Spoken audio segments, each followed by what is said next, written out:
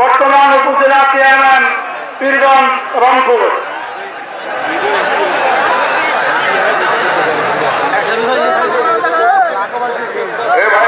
এখন এই যে সবাই আসতেছেন, আমাদের সময় হয়েছে, আপনারা সবাই যদি করলেন এটা তো বিশৃঙ্খলা সৃষ্টি হওয়ার লক্ষ্য দেখা যাচ্ছে। আপনারা সভ্যতার মধ্য দিয়ে একটু বসে, আজান একটু পরেই হবে, তারপরে নামাজের পরেই প্রধান অতিথি উনি আসবেন, তাহলে সুন্দরভাবে বয়ান হবে। কিন্তু এই অবস্থায় আমরা যদি আমাদের এই পরিবেশ যেটা অনুষ্ঠানে একটা এসে এই তফসিল মহাপুরে আসে, যদি আমরা বিশৃঙ্খলা সৃষ্টি করি তাহলে তো কাজ হবে না। তাহলে এই জন্য আমাদের সেটা রক্ষা করতে হবে।